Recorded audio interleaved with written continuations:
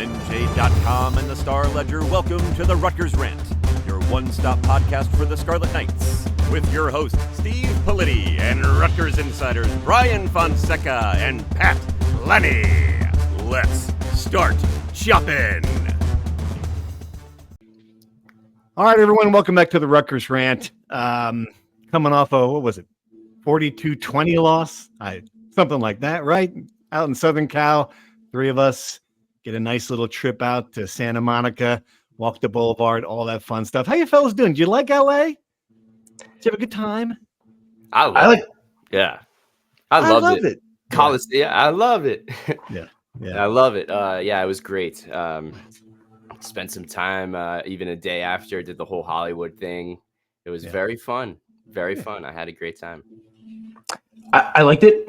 I am exhausted. I mean, just completely, the time change destroyed me to a level I did not expect. Yes. Wow. The time change destroyed you, but not the In-N-Out burger. Is that what you're telling me? The In-N-Out burger was as good as I thought. People always say it's not overrated. It's properly rated. I agree. The burger was fine. If you gave me Shake Shack and In-N-Out, I'd probably say same quality, which is about what I was expecting. High quality. Good. All right. Let's talk some football. We'll come back to our road trip later in the show. All right, I don't know. We've got a lot here to recap this game, but this is the thought that occurred to me while I was in the plane flying home, that we went out to Los Angeles and we got exactly what I expected to get from Southern Cal, the exact program, the exact aura of it. You know, this is the program of Keyshawn Johnson and Lynn Swann had a guy named Mekhi Lemon, right? Same NFL star receiver. The program of Carson Palmer and Caleb Williams. Now it's Miller Moss, big armed quarterback, flashy playmakers, skills, swagger, probably too much swagger some of the videos that emerged out of this game. But that's Southern Cal, even at 4-4. And I think you guys know where I'm going with this. My question is, what happened to the identity of the Rutgers program? Like this was my takeaway. Like all the things that we thought we were going to see from a Greg Schiano program, we're just not seeing anymore. You know, we're supposed to be the aggressive defense that gets at the quarterback and forces turnovers. And didn't touch the quarterback. No forced turnovers. Guys running free for gobs of yardage. So that crossed that off the list. Supposed to be we're going to win games on the margins with special teams. Special teams are below average. Miss an extra point, give up a 70-yard kickoff return. No advantage there anymore. You know, and then the third thing, we're going to run the ball, going to be a physical, run-oriented offense. They've passed for 77 times in the last two games alone. I get it; they're trailing in these games; they have to do it, but that's not a Greg Schiano team. It seems like we're in this last month of all the things that concern you about where this is going. This has got to be a big one. Like I don't recognize this program right now. We're in a bizarre world where Rutgers is playing in shootouts over the last 2 weeks where they have to pass the ball all over the yard to try to come back and have its offense overcompensate for its defense. A complete 180 from last year's team. To me, I agree on the defensive part where this team is not getting sacks. It's not getting interceptions. It's not forcing turnovers. It's not making game-changing plays on the defensive end. Last year, the team was very much a bend, don't break, keep things in front of you, don't give up the big plays, and it worked. This year, they're giving up big plays. It's not like they're selling out. They're doing that because they're selling out and bringing 8 guys and trying to sack. Like, I can't remember the last time Rutgers went all-out blitz. I can't remember, even again, on special teams, they're not blocking kicks. They're giving up big plays on the return. That 80-yard run was just because 2 guys went to the same area. Just a simple mistake that Greg Schiano teams never make. The kicker, who had one of the best seasons in program history last year, he missed more kicks in the past 8 games than he did all of last year, right? Like, it's just none of it is making sense. And again, we've mentioned this a couple times. It's a shame because the offense, to me, looks pretty good, like more than reasonable. If Rutgers had this offense last year, we're talking about the special season we've been thinking this year was happening, which makes it all the more disappointing. But I think that, to your point, the defense is not only bad, it's bad in areas that you expect them to be good in, and that's pretty disappointing. Yeah, football is a game of imposing your will and your identity on the other team. I've always kind of that's how I've always kind of defined it. And Rutgers had a clear identity for the last couple seasons, exactly as you laid it out, Steve. We're going to be a physical team, win in the trenches, run the ball, play great defense. When you go up against these high-powered offenses like USC, Wisconsin with Luke Fickell, they kind of spread you out, and that's fine. that's their identity, but Rutgers has to still impose its identity, and that identity is completely gone. So that's an issue that I've been identifying the last couple weeks, and now it's beyond obvious that Rutgers has lost that identity, and that's a shame because Rutgers was one of those last old school type teams at college football, right? You see it with Army and Navy running the wing T or the option, but it's just like that bastion of old school football that Rutgers wanted to play. Maybe it just doesn't exist in 2024 and moving forward. Maybe that's a big picture schematic issue and self-identification that Rutgers has to look in the mirror and say, is this how we're going to play moving forward? Is this the best fit of our skills and our players and best use of our offense? I would make the argument when your best player is Kyle Monunga, you should be a team that grounds and pounds, right, and plays great defense. That all makes sense. The inability to do it is very suspect. Yeah, I'm not ready to abandon it yet. I guess I'm just wondering why. Although I will say this, it seems like Greg Schiano and Joe Harris have abandoned it to some degree. And I go back to this one thing that my first job as a professional journalist, I covered Duke basketball at a time when Duke basketball did not have Duke basketball players. The best way I could describe it, just wasn't a good team. And I think back to that era, and I remember, talking to Mike Krzyzewski about this, the idea that, why aren't you playing zone defense? You don't have the people to play in the ACC, and it's about habits. This is how we play. We play an aggressive man-to-man defense. This is Duke basketball. It was a very interesting conversation about this. We didn't switch the zone because that's not how we do it here. And sure enough, they got the players, and a few years later, those habits those young players built. Bringing it back forward to Rutgers, I understand why they can't be the aggressive team. They don't have the personnel. They've lost all these key players and injuries. At the same time, I mean, what? It's not like you're succeeding doing it the way you're doing it now. I mean, falling back, and I haven't looked at you watched the film. You might have a better idea. It seemed like they were falling back in zone a lot. Seemed like they, playing soft coverage on things, and maybe it was all just inability to cover guys. But it just seems like the defense is not the way I remember them playing defense. I keep on coming back to that. I'm going to go back to last year and watch that team. Go back to 2006, last year's team and the way they played defense is just completely different. Yeah. Listen, I can't identify how many plays were zone and man. I don't have the numbers, and I don't have the football acumen to figure all that out. It did seem like every time Miller Moss dropped back to pass, he had infinite time to throw the ball. And whenever he did throw the ball, he had a guy with 5 yards of separation in every direction. Every play was seemingly a 10-yard gain. They averaged 11 yards per first down. 11 yards per first down. That is an insane number. Right. Miller Moss averaged 11 yards per pass. And it's not like Greg Schiano kind of pointed this out. It's not like against UCLA where guys miss tackles at the second level, and that's why they've sprung out these big runs. USC guys were just wide open. Aside from the one play where Shaquan Loyal was on the guy and he just couldn't make the tackle, every other play, guys were just so open that they had so much space to run into. And I think it's a combination of everything. You can't get pressure on the quarterback, so that's not forcing him to make any mistakes. You can't get him down, right? So they have all this time. The corners are hurt, and they can't cover guys forever, even when they're healthy. So that allows, and especially when USC has all these athletic, super fast, strong receivers, it's impossible to cover them for that long. And then the linebackers are all young, aside from Tyrone Powell, and they're still learning their way. And a lot of times they just don't know where they're supposed to be. And the confluence of all of that, I think that's the biggest issue too with the defense, is so many things going wrong at once. You could probably overcome one of these issues at a time. When all of them are happening, that's what you get. You get a defense that's completely disjointed, discombobulated, and can't stop anybody. I mean, I was shocked they got 2 stops in that entire game. Rutgers had give up as many touchdowns as third downs they forced. Not stops, third downs. It's amazing. It's unbelievable. And I think USC, if they really, really wanted to, could have scored 70 points the way they were playing. Rutgers just could not stop them. Yeah, it's jarring, Pat. And watching it happen. And again, it wasn't like, Miller Moss dropped back and threw a 75-yard pass. Yeah. It's all these little dinks and turn into these big plays. I think we added up. I don't remember what the final tally was. Was it like 23 plays over 10 yards or something? So I did a post-game revision. It was 18. But to your point, Miller Moss attempted one pass longer than 19 yards, and it was incomplete. Man. 11 of his completions were behind the line of scrimmage, and that turned into 120 yards and a touchdown of production. Yes. So that's what I came in thinking, that the speed advantage for USC was going to be unmatched in this game. And it was beyond what I could have even expected. Because UCLA rather showed how much faster they were than Rutgers.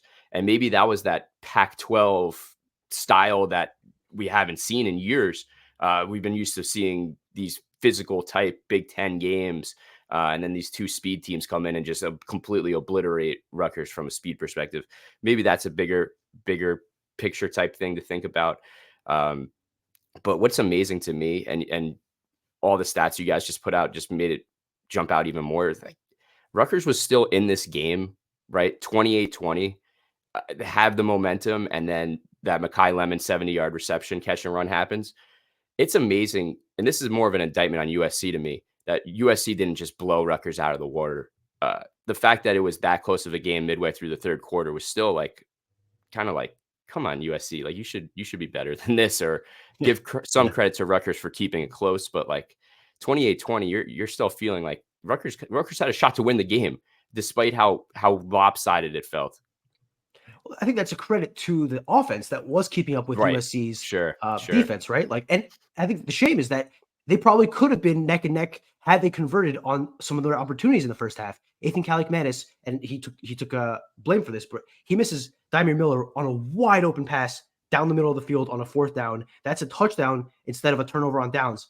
On the first drive, they get a field goal in a drive. They get to the red zone. You convert that. That's another 4 points. You score those 2 touchdowns. You're talking about a 28-28 game. And even the last drive of the first half, Rutgers kicks a field goal from the 2-yard line because they can't throw the ball into the end zone from the 2. They had the ball 1st and goal at the 2-yard line with 15 seconds left. They couldn't run the ball because they had no timeouts, because a few plays later, Ethan Kaliakmanis scrambles, tries to get out of bounds, and slips. If he doesn't slip, they they don't waste the timeout, and they have that timeout. Because of that, they had no more timeouts.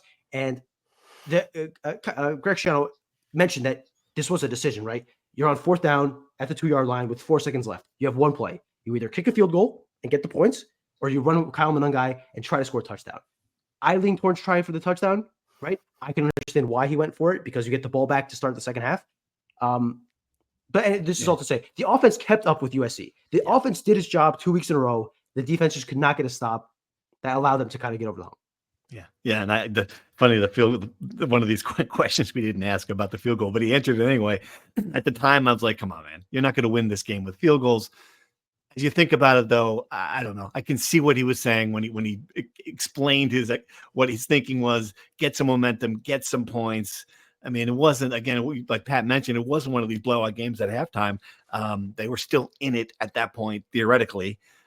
It's just they couldn't. I mean, it didn't matter what the offense did. They were never going to stop them in a big spot. And I think that's 4 first half possessions, 4 USC touchdowns. And yeah, the offense was good. I was surprised at how well they played. They ran the ball well and passed the ball. Then they lost Kyle Monangai. That was a big factor, obviously, what happened here. But even the young running backs looked okay. Got nothing bad to say about the offense. I get it. You're not going to be perfect. I don't expect perfection from the offense. I certainly expect a lot better from the defense. Yeah, no question. No question. Absolutely. I will say I was very impressed.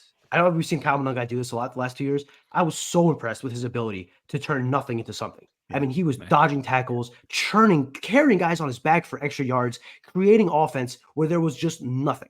And I don't know how long he'll be out. That hit he took to the head, and then the subsequent tackle that it made his head hit the ground looked pretty rough. I mean, I'd be shocked if he doesn't have a concussion. And I don't know how long that'll keep him out for. But I mean, just the difference he makes is remarkable. And he's turning what would have been 2nd and 12s into 2nd and 6s out of sheer will. And you alluded to, I guess I mentioned it while we are talking about the hit. The USC defender who tackled and hit Kyle Monangai was caught with the Fox cameras doing the sleeping motion. Just not great. Not a great look. Really not. Because you saw before that, a USC defender was on his knees, almost seeming like he's praying for Monangai. And if it was a stark comparison to that, you don't like seeing that. It's not great. But I think I don't expect Kyle Monangai to be out for the year with this concussion. I don't think it's that bad, right? But anytime he loses will impact his team, because it's so clear how important he is to this offense. And I do want to talk about Ethan Kaliakmanis. 2 weeks in a row. Really, really good. Again, I think he's missing that next step where he makes those big throws in big moments. Again, that pass to Miller comes to mind. Just that he's doing all the basic things you want out of him. Making good throws, connecting short yardage, moving the chains. The next step is making that big throw at a big moment when Rutgers really needs it. But otherwise, I really think that Right. his season's been great, and he was great against USC. He's the quarterback we thought we were going to get. Like no one said he was going to be Caleb. We didn't think Carson Palmer again. We thought he was going to be a better and above average quarterback, like a guy who can complete the simple passes, read defenses. He's doing all that. I mean, I've got no complaints, and I get it.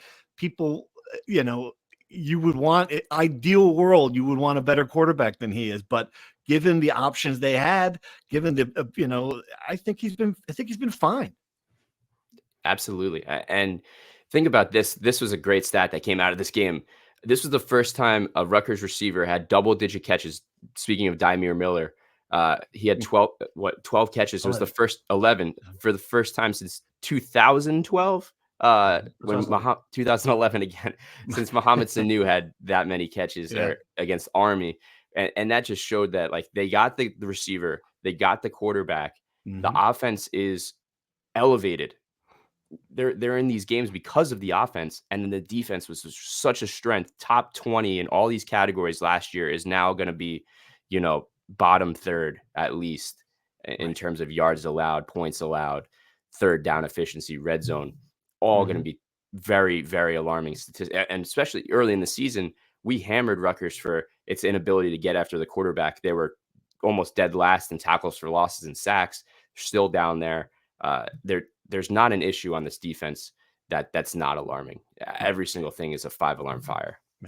All right. Speaking of 5-alarm fires, I kind of wrote about this in my column after the game, but Greg Schiano's got to hold things together on two fronts. Right? He's got to hold together the season, obviously. And I think if you look at what's coming here, the remaining 4 games after the bye, they will not be favored in any one of these games. It's likely. Even I don't know. It's hard to say on the road, I guess, in the season finale.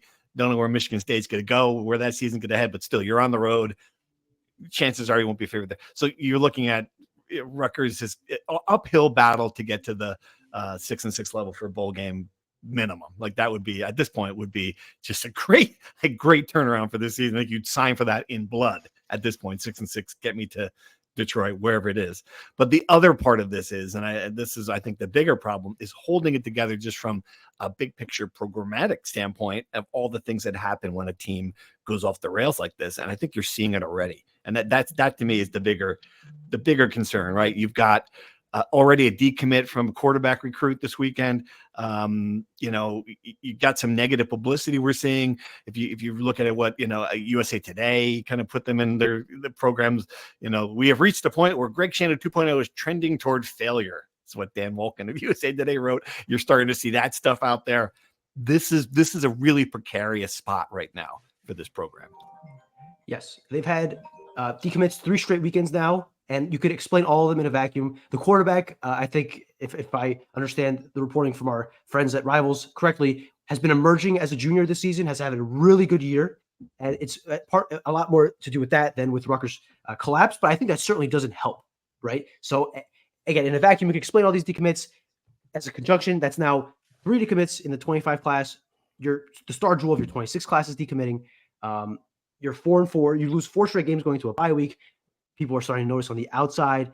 I'm curious about the inside, keeping everyone together on the inside when you have a lot of these guys that are seniors, and I've touched on this, come back for that one last year to try to make that one last push.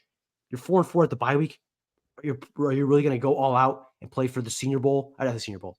To make a bowl game as a senior, go 6-6 when you thought you can go 8-4, 9-3. A lot of these guys have to put tape out there to kind of make their case for the NFL, right? Outside of Hall and Pierce, there's really no surefire NFL draft pick here, and maybe Kyle Monangai.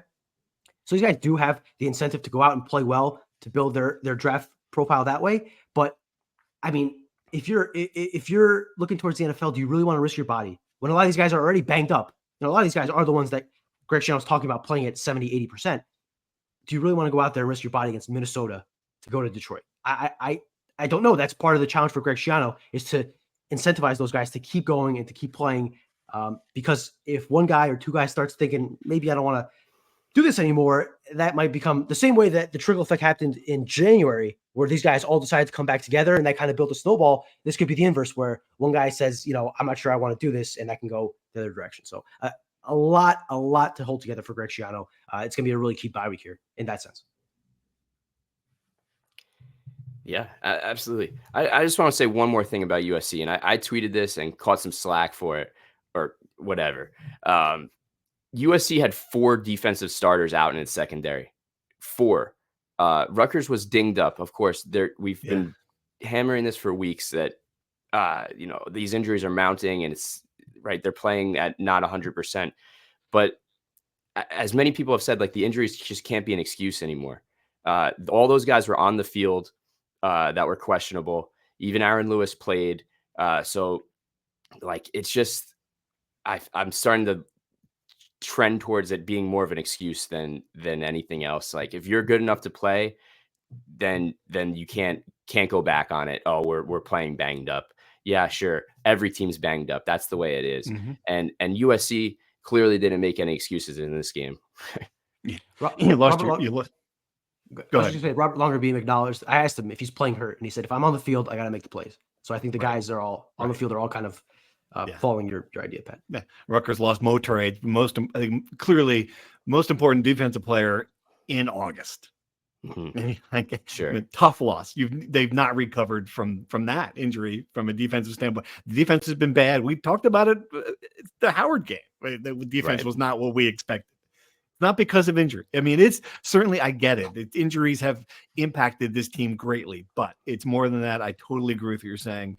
The defense was going to take a step back when it should have been the opposite from the start, I think. And that is 100% true.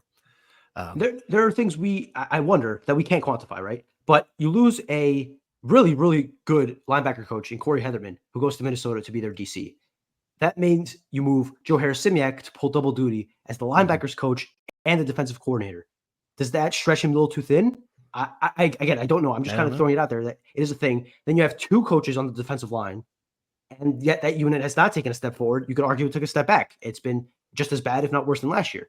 Do we underestimate the impact of all those coaching moves in the offseason? I think it's certainly possible. I don't think Joe, like Greg said, I don't think Joe Harris-Simiak has forgotten how to coach. I think he's still one of the brightest defensive minds Rutgers has had in a while, but clearly something is missing there because last year guys were not missing assignments and being confused. And, linebacker was the strength of this team last year. It was going to be the strength of this team going in.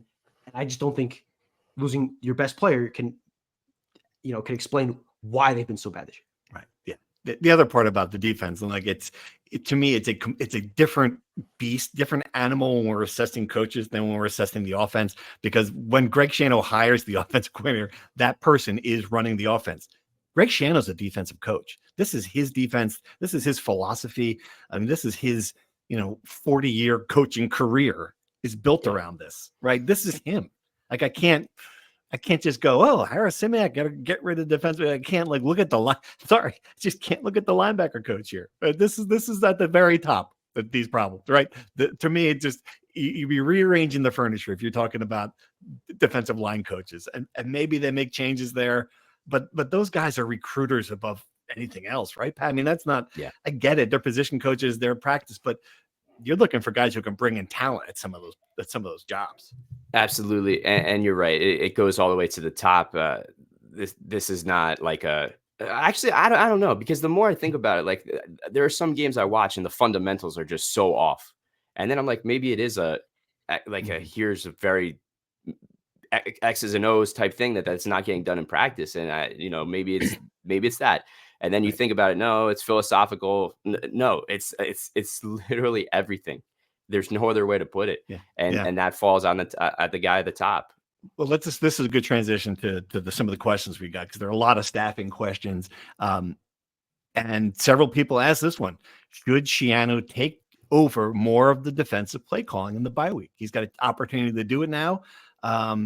What can Schiano and the D coordinator do to change the D to be better? What schemes kind of talked about this last week, which is not sure.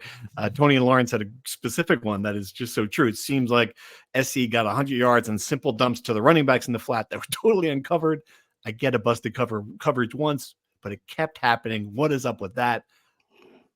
Okay. I mean, I don't know. I don't know that putting something else on Greg Schiano's plate during the game is a great idea, given some of the, we've seen this, I hate to make it parallel, we've seen this with the Jets. The moment the Jets get rid of Robert Saleh, all of a sudden the DC is responsible for more things, and the defense took a step back. I don't know. Do you guys think there's any chance that having him call defensive plays would help?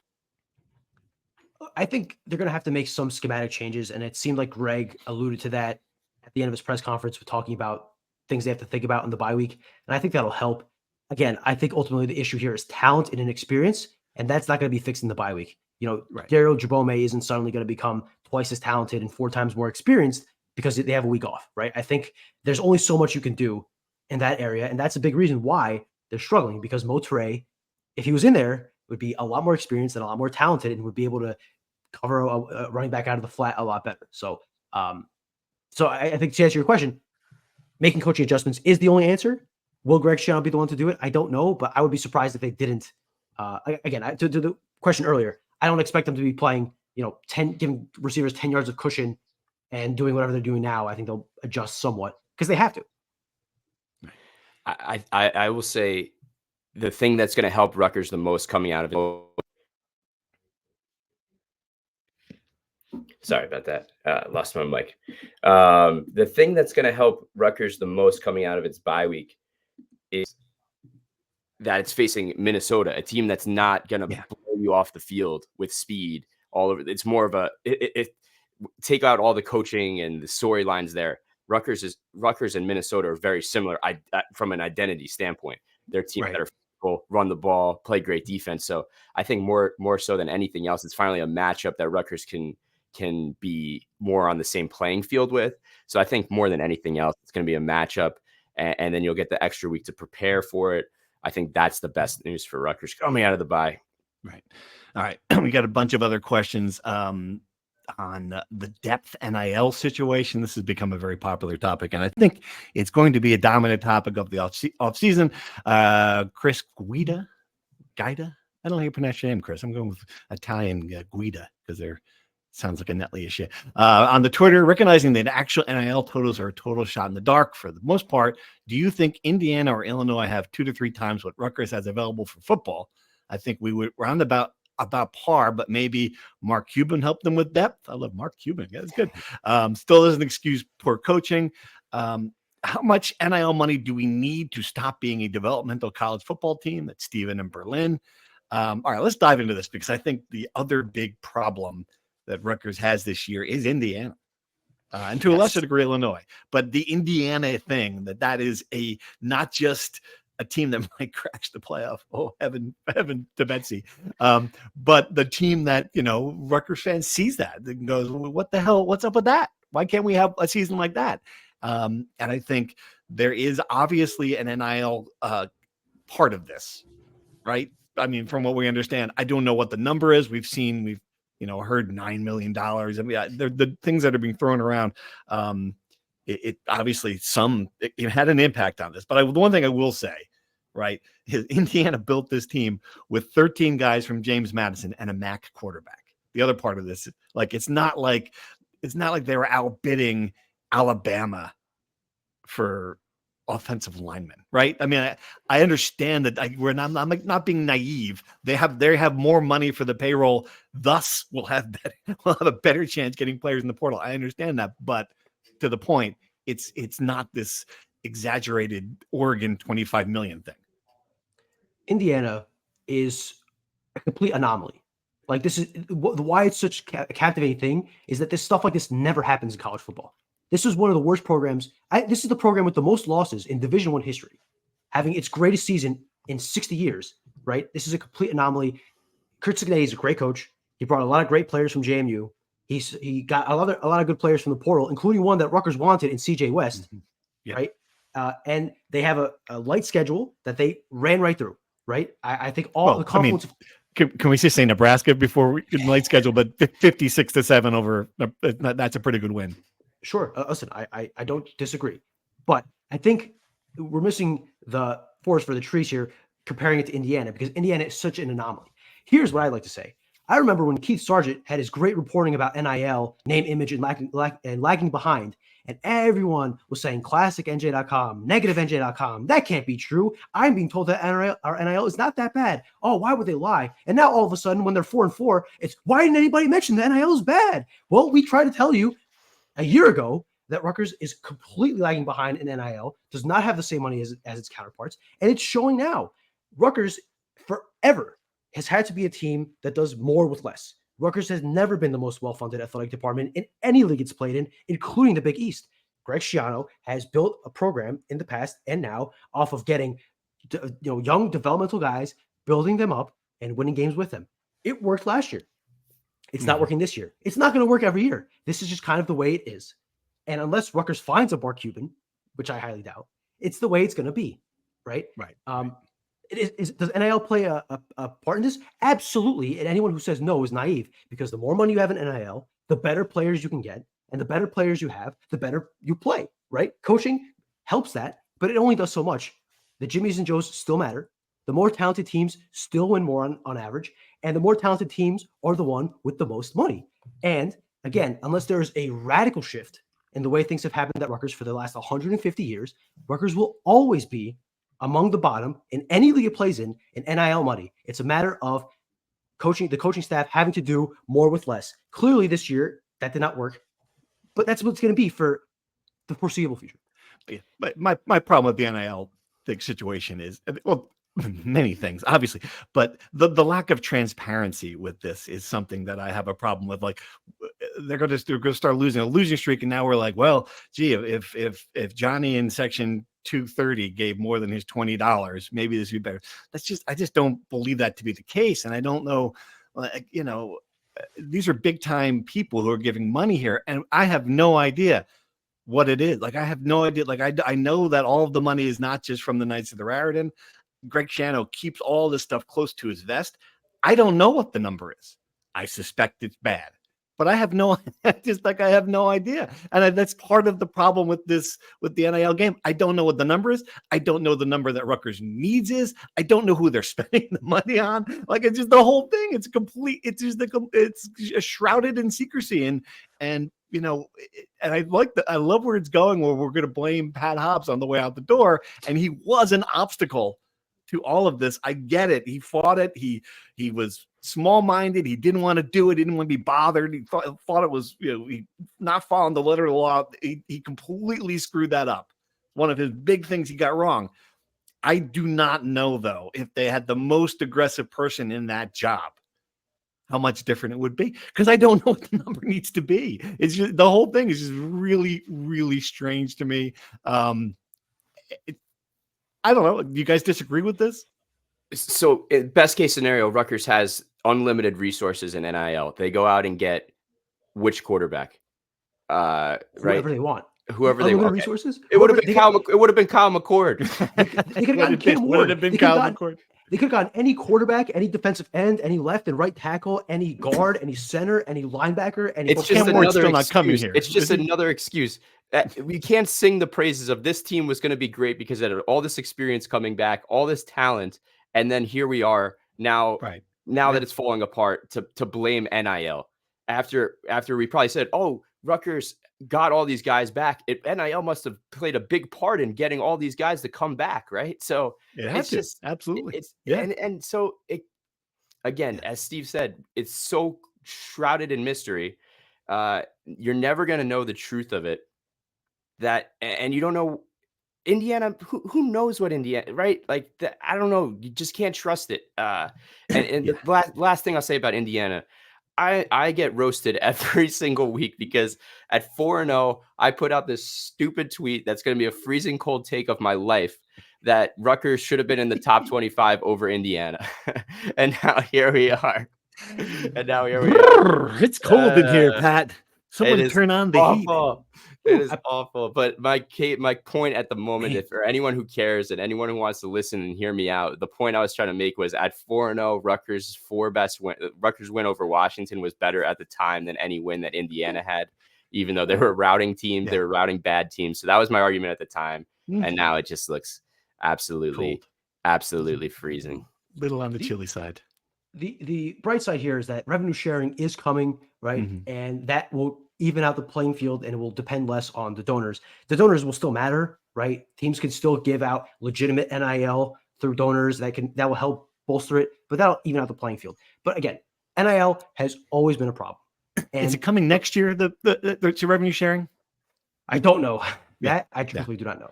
Yeah, I think it is. Yeah, it seems like it's still on pace. All the resolutions that have come out of the courts. So, interesting. All I know is this. Because they're going to be back. They're going to be back looking, and this is the thing about NIL. They're going to need it this coming off season. There's no question, because they're going to have so many holes to fill in this team, and there is no way this team can go into next season without going into the portal. And I will have plenty of time to discuss this from December on to July, but they're going to need to immediately get in the portal in December to fill a lot of holes on this team. Now, my question here is money. My question here is, would Rutgers be better at selling that they need more money out from the donors in NIL if they go 4-8 and it's a disaster, and you could say, listen, we didn't have enough money to compete, or if they go 6-6? Everything's better at 6. Everything's better with more wins. Everything, I think. Because if they go 4-8, there's going to be a lot of people making questions about, am I wasting my money? That's going to be what's going to happen at 4-8. And I think people are going to start having questions about Greg Schiano, right or wrong. They're going to say, you're 5 or 4-8. All right, there's going to be a lot of that. At least 6-6. The narrative can be, hey, look, we were dealt a bad hand. We lost a lot of guys. We still went bowling. You would have signed. Look what happened to Chris Ash. You would have signed for bowls back then and be happy with a win over Washington in prime time. You'll have, if you go 6-6, you'll have beaten a Michigan State or a Maryland. There at least will be some positives. 4-8 is a disaster. Agreed. All right. I do want to say, just to be clear, NIL is a problem. It was a problem at 4-0. It's a problem at 4-4. Just to be clear, I think we can all agree that they have nowhere near enough resources in NIL, and that is a problem they have to and probably are going to be unable to fix until revenue sharing saves the day. Right. All right. Diving into some more questions. Rocco wants to know, it seems to me Schiano's not recruiting as well as he did his first time here. Do you feel that way? Also, that's from Rocco. A lot of questions about what's going to happen to this recruiting class. I mean, I thought all indications were that he was recruiting as well or better. Is it that he's not identifying the players who are on the margins as well? Did he get lucky in a lot of guys? Like, the example of the McCourty twins being 2-star players. I mean, is there stuff that maybe he's not? I don't know. I mean, and it's a good question, though. I do wonder now about, we haven't seen a lot of those guys come through the pipeline. I think the guys that are playing now and the best players on the team were guys that were not big recruits coming out of high school. Just think about, you could rattle off of the 5 best guys on this team, right? Kyle Monungai had 1 or 2 Division I offers, right? Longer Beam was going to Temple, flipped over to Rutgers. Flip Dixon, right, was at Minnesota, not a huge recruit. Dymere Miller came from Monmouth. So Holland Pierce was a walk-on. Right. So, yeah, the development is definitely there for this team. There's no question. And the recruiting class for 2024 was one of the best that Greg Schiano's ever assembled. 2025, sorry. The class that's coming in it's one of its highest rated classes ever. So to say that he's not recruiting at a high level is unfair. I think that's unfair. Right. We might say it's not as important as it once was, Brian. Is that the development thing? Yeah, I think nowadays the portal allows you to kind of fill in the depth a lot faster, right? And I think Rutgers is seeing that because maybe the guys that are playing right now could be good in a year or two, but they're playing too early. Guys like Daryl Jabome probably was a year or 2 away anyway, right? And now he's thrust into being the starting linebacker of this team because of injury. So I think, and that's across multiple, like Jabril Abdul Ramin. He probably is going to be a good defensive lineman, probably a little early. right? So I think that's part of the thing. Whereas if you build through the portal, which again takes a lot of NIL, but if you build through the portal, it's usually guys who have been in college and played a few seasons and have experience and have college bodies. I don't think it's going to change, obviously, given the fact that they have 25 guys committed in the 2025 class. Still seems like high school recruiting and building that foundation and developing them is going to be the bread and butter of this program. But I do think that if there is a reevaluation in the offseason, going a little heavier in the portal might be a change they make. All right, couple more questions. This one's a good one from Think the Shrink in Westfield. Here's a fun scenario. Lee, if you were the head coach, Fonseca the OC, and Lanny the DC, what would you do for the remaining 4 weeks differently and the same to win at least 2 of the remaining games? I love this. I'm the head coach. First of all, these press conferences are going to be. You think Greg talks down to a young Brian in the first row? Can't wait till you see me behind that podium. You don't know football, kid.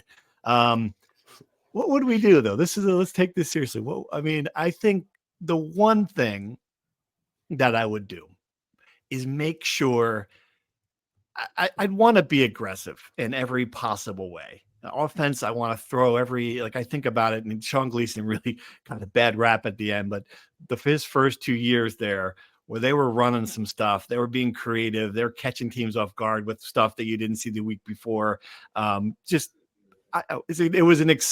was an exciting offense at times. Not always a good offense, but there were times when you didn't know what to expect from it. I'd want that offensively, defensively, the same thing. I mean, I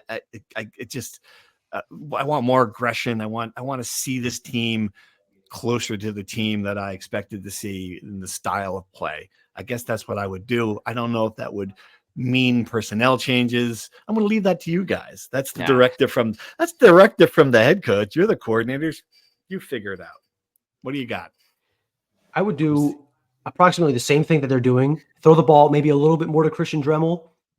Other than that, I think that's it. That's your answer. Is OC? You're fired. The only thing, more Dremel. Gotta have more Dremel. The first day of practice, you're gonna march in there. I gotta have more Dremel. The offense looks fine. Maybe I make a change at left guard. Taj White, great kid, man. Brutal game. He gave up 8 pressures against the USC. Holland Pierce, the left tackle, has given up 7 all year. It's tough game. I don't know what the solution is at left guard. Might have to try to find. So that'd be my 2 things. Try to find a solution at left guard. More Christian Dremel. Otherwise, keep doing what they're doing. They've been doing pretty good so far, I'd say. Okay. Pat, that's why Brian's in the weeds. Brian's in the weeds. I love the aggression part. I want more accountability first and foremost. I want to see I want to bring this to a professional level. As a Giants guy, I loved it when I saw Brian Daboll ripping his guys on the sideline. I don't know if that works in college. But for me, I was like, wow, there was some accountability on that play.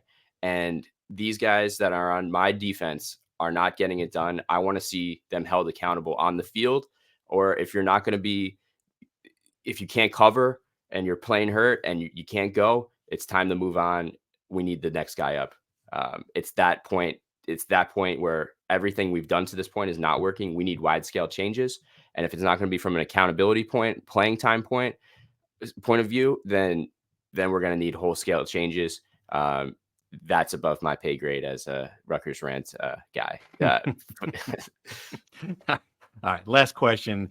Very simply, does Rutgers win another game this season? Yes. What do you think? Yes. Okay. Which one? Great question. If I knew, I would put all the money I have on that game. It's very fascinating. Yeah, it's a fascinating list because right now the worst team might be Maryland based on what I've watched recently. But Maryland, I mean, I think about last year, they were miles apart. And they beat USC at home. Yep, that's true. Mm-hmm. Most winnable in my view is Minnesota. Okay. Least winnable is Maryland. Least winnable is Maryland. Fascinating. Why? Because of the matchup and the speed and the offensive capability that Maryland plays with. They gave up 48 points last week to somebody, right? Yeah, but they score at such a high level, and Rutgers can't stop anybody. Okay. That's true. That's a good point. Yeah, it's a good point. And then I mean, I would, yeah. Illinois is right there too, as It's fun. most This is gonna. least winnable. This is interesting. Right now, if you look at that, whatever the ESPN FPI thing, whatever the hell it's called, Illinois is the game that they have the best chance of winning. Isn't that wild? Yeah, I was surprised by that when I glanced at that. I tend to think at home after the bye, Minnesota is your best chance because it comes first and the team's still engaged. And if you lose it, then you start to wonder a little bit about where this is going, if the team's going to check out. So I think that's the one. After that, probably Michigan State for me. Brian, what's your guess? I'm already worried about the team checking out, frankly. 4-4 at the bye week. That's, to me, is prime checkout time. I guess maybe you have one last stand against Minnesota. I think that's a game that everybody should be juiced up for. There's so many storylines. It's very meaningful, I think, to Ethan Kaliakmanis. I don't think he'll say it publicly, right? Because he just will not say anything like that. But I have to think that after transferring here from Minnesota, that'll be a meaningful game for him. Kirk Shiraka coached there. Joe Harris-Simiak coached there. Flip Dixon. Both ways. Corey Heatherman is coaching there now. Like, just so many things that you'd want to get juiced up for. And to Pat's point, the matchup, it's a game that is probably going to be low scoring anyway, similar to Illinois. So even if you get dominated, it's not like Minnesota is going to have a three touchdown lead on you, right? I know they did that to Maryland, to your point, Steve, this week. I just can't imagine that'll be the same thing. So if you're in a 1-score, 2-score game with them, you're always going to hang around. I think if they beat Minnesota, they'll win another game. They'll go 6-6. I think if they lose to Minnesota, there's a real chance they go 4-8. I think that's a real swing game. To your point about motivation, momentum, and kind of showing they still have some life. I think if you lose that game, all bets are kind of off. We keep on moving the pivotal game of the year with Wisconsin. If you got to win this one, UCLA. It's all nothing now. It's Minnesota. Well, I think very clearly the UCLA game was you got to win this game to have any hope of a special season, right? That killed the special season talk, right? I think the Wisconsin game was kind of the early version of the special season. I think this Minnesota game is can you make a bowl game? Like we lowered the bar significantly. I think we're moving the goalposts. I think we're moving on to different goals. Like the goal of a special season is done for, over, no hope. They're not winning out. I mean, they're just not. And the new goal is a bowl game. If you lose to Minnesota, forget Detroit. I don't think they're going anywhere. I really don't. Okay. All right. Good job. Thanks everyone for the questions. If we didn't get to them, we'll try again later. Anything else? We got a lot going on, right? There's a lot of else out there. Women's soccer, men's soccer, field hockey. What do you got? So women's soccer finished 5th in the Big Ten standings. They're the 5th seed in the Big Ten tournament. They will play Michigan State on the 2nd, which I believe is Saturday. Field hockey finished 4-4 in Big Ten play. The tournament field isn't out. They're going to make it because it's top 7. They probably have to win the whole damn thing to make the NCAA tournament, which is going to be a tall task. Men's soccer, dead last in the standings of the Big Ten entering the last week of the season. How many teams is that in the Big Ten? I believe it's 14. I could be wrong. Okay. A lot of teams essentially, and they're all the way in the bottom. They have 4 points this season. So 1 win, 1 draw. Not great. So that's all I have on Olympic sports. Next week is the start of basketball season. It's crazy that it's already here, but next Wednesday, I guess next Monday, we can kind of preview the season and do all that stuff. But a full basketball episode next Monday. That's a good idea. We have no football. We still got to talk about Minnesota. No? Wait, next Monday? Oh, next Monday. They're going to play Minnesota this week. They'll play Minnesota next week. Well, I'm saying next Monday. We'll preview.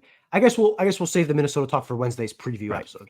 Yeah, we're out of things to say. People, when I asked for questions, a bunch of people said on the basketball. People are moving on. Even did you see the Twitter feed? And I don't want to get some, marketing intern fired, but they tweeted a photo of feels like fall and a photo of the rack just hovering there. It's like, ooh, that's what happens when you lose at Southern California 4-4 in late October. They're putting photos of the rack on your Twitter feed. So if they get off to I don't think this is going to happen. But let's say they get off to a not great start in basketball. Are they going to pivot to lacrosse? Like, what's the next pivot here? It's starting to feel like Christmas. Pivot. There's no pivot. That's it. You can't get off to a bad start. What's a bad start in basketball? They got to be 5-0, right? You'd think. You'd think. Be. Oh God. You'd think. Let's Every talk game about takes that on a life later. of its own, though. Yeah. Okay. All right. Should we sign off there? I think Let's so. do it. All right. Thanks for listening, everybody. We'll be back on Monday, as we mentioned, to preview the hoop season. Thanks. Thank you for listening to the Rutgers Rant.